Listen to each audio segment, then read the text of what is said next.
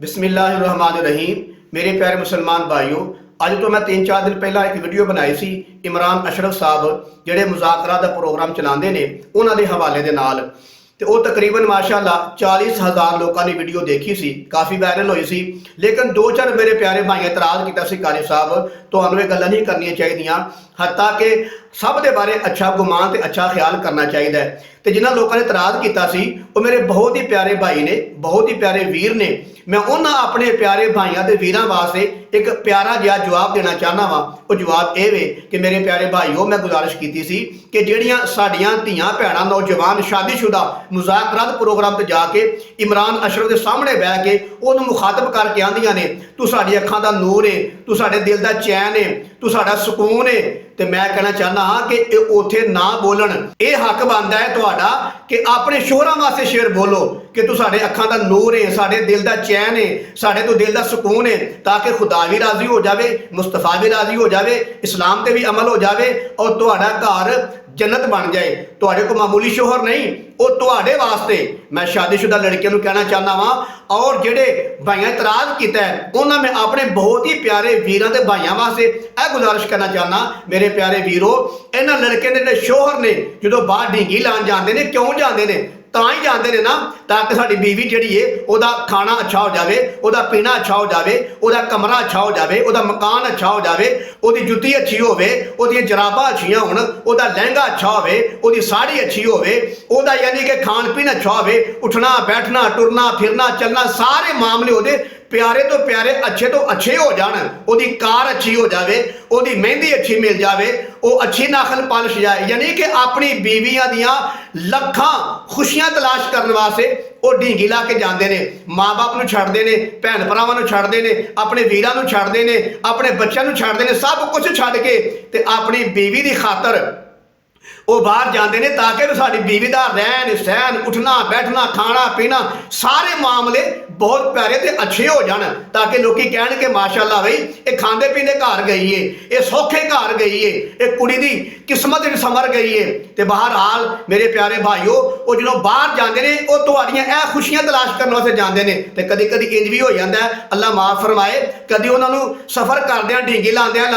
लत्त ते गोली वज जाती है, कभी पिन्नी ते गोली वज जाती है, कभी पट ते गोली वज जाती है, कभी गोडियां गिट्टियां ते गोली वज जाती है, कभी अल्लाह माफ फरमाए कमर च गोली वज जाती है, कभी सीने ते गोली वज जाती है, हत्ता कि कभी कभी इनू दा कश्ती जड़ी उल्ट जाती है, वो बेचारे डुब के मर जाते हैं। वो बेचारे तुहाड़ियां खुशियां तलाश करते करते तुहाड़ा खाना पीना उठना बैठना गड्डी कमरा तुहाड़े कपड़े सारे तुहाड़ियां खुशियां तलाश करते करते वो बेचारे पानी च डुब के मर जाते हैं। और मेरी भैनों, और इमरान अशरफ के प्रोग्राम से जाके आशकाना ते मशूकाना उन्होंने मुखातब करके शेर बोलने वाली हो, तुसी डुब के नहीं मरदियां, वो बेचारा तुहाड़ियां खुशियां की खातर डुब के मर जाता है, तुसी डुब के नहीं मरदियां, तुसी डाढ़ी हड्डी दी बनिया हो जाओ, तुसी ढीठ हो और हत्ता कि तुसी खब्बी वक्खी दी पैदावार हो। और तुहाडे बारे च एक अल्लाह दे बंदे ने फरमाया सी कि इन्हां कुड़ियां नूं तजर्बे दी कंगी उस वेले हासिल हुंदी है जदों इन्हां दे सिर दे वाल झड़ जांदे ने। तो मैं इस वास्ते गुजारिश करना चाहना, मेरे प्यारे वीरों, नाराज ना होया करो, वेख लवो कि वो कोई इन्हां दे शोहर मामूली शोहर नहीं, वो मावां दे लाल ने ते भैणां दे चंद वर्गे वीर ने ते प्योवां दे हीरियां वर्गे गभरू जवान ने, जिहड़े इन्हां दी खुशियां तलाश करदे करदे चारे डुब के पानी च मर जांदे ने। लेकिन यह कुड़ियां जिहड़ियां ना, अल्लाह माफ फरमाए, लोकां दे सामने जाके इंदे शेर बोल के डुब के नहीं मरदियां। और तुसी यह शेर अपने शोहर वास्ते बोलिया करो, जदों उहदा फोन आए तो उन्होंने यह शेर बोलिया करो, ताकि थकावट दूर हो जाए, वह दिल खुश हो जाए, अल्लाह भी राजी हो जाए, नबी भी राजी हो जाए, इस्लाम से भी अमल हो जाए, तो तुहाडा घर भी जन्नत बन जाए। और जिहड़ा तुहाडे वास्ते अपनी जान की बाजी लांदा पिया, ना दिन वेंदा ना रात वेंदा, किवें जंगल च नस के जांदा है, लाशां क्रॉस करके जांदा है, ताकि साडी बीवी दा खाना पीना उठना बैठना चलना फिरना कपड़े लहंगा साड़ी और जिहड़ा यानी कि मकान वगैरह सारे अच्छे हो जान, तुहानू खूबसूरत बनाने वास्ते, तुहाडे वास्ते खुशियां तलाश करके ते तुहाड़ियां झोलियां च पाउण वास्ते वो बेचारे प्योवां दे हीरियां वर्गे गभरू जवान ਡੁੱਬ ਕੇ ਮਰ ਜਾਂਦੇ ਨੇ ਤੇ ਤੁਸੀਂ ਲੋਕਾਂ ਸਾਹਮਣੇ ਜਾ ਕੇ ਇਹਦੇ ਸ਼ੇਰ ਬੋਲਦੀ ਆਓ। मैं कहना बड़े अफसोस ते दुख की बात है मेरी भैनों ते मेरी बेटियों, मेरे अजीज भाइयों, नाराज ना होया करो। मैं तुहाडे सामने भी गुजारिश करना, इन्हां के भी गुजारिश करना कि यह सारा हक तुहाडे शोहर दा बनदा है। तवज्जो फरमाओ, एक औरत सी पिंड दे अंदर, वो बड़ी गरीब सी, ओहदा शोहर भी बड़ा गरीब सी। इन्ने गरीब सन कि अपने कमरे का यानी कि उन्होंने घर सी ਉਹਦਾ दरवाजा नहीं लवा सके जिंदगी पूरी। अल्लाह का करना इंज होया कि जिहड़ा शोहर सी फौत हो गया।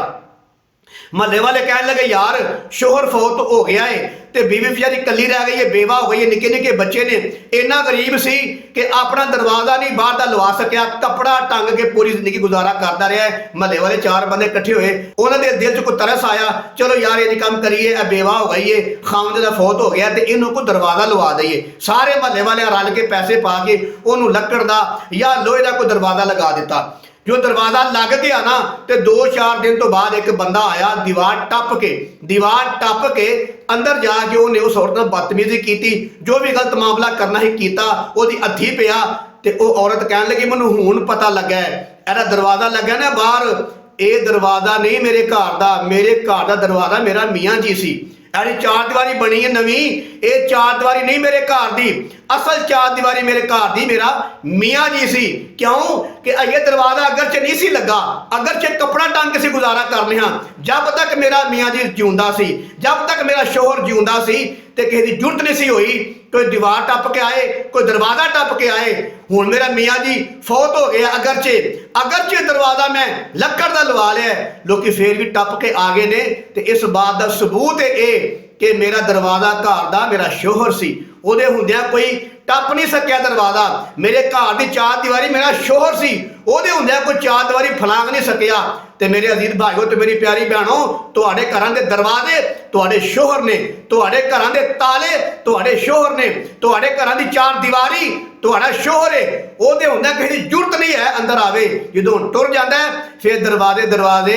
नहीं रहिंदे, फिर ताले टुट जाते ने। ते मेरी प्यारियों भैनों, नाराज ना होया करो, जिन्हां भाइयों इतराज किया वो भी नाराज ना होण कि वेख लो